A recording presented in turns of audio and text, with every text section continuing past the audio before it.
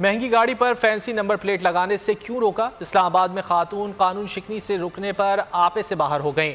Traffic police एहलकार ने खातून से fancy number plate पर सवाल किया। दस्तावेजात लेकर नंबर प्लेट उतारी तो बरस पड़ी। खातून की तरफ कलामी की वीडियो वायरल हो गई। डाला भरा हुआ आप मुझे टच मत करना, आप गलत कर रही हैं। हेलो लाइसेंस पीछे कर जेब आप करें क्या करेंगे?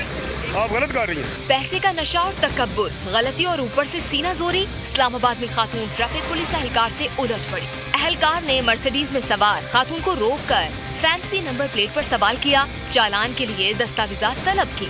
दस्तावेजात लेने के बाद ट्रैफिक एहलकार ने नंबर प्लेट उतार दी। नंबर प्लेट उतारने पर खातून गुस्से में आकर गाड़ी से बाहर निकलकर तैश में आ गई। एहलकार ने नंबर प्लेट उतारने पर सवाल किया। खातून ने वीडियो बनाने पर एहलकार से मोबाइल भी छीनकर गिरा दिया। डाला भरा हुआ आप मुझे टच मत करना, आप गलत कर रही हैं। हेलो लाइसेंस पीछे कर जेब आप करें क्या करेंगे? आप गलत कर रही हैं। एसएसपी ट्रैफिक का मौकफ है कि मामले पर तहकीकात की जाए।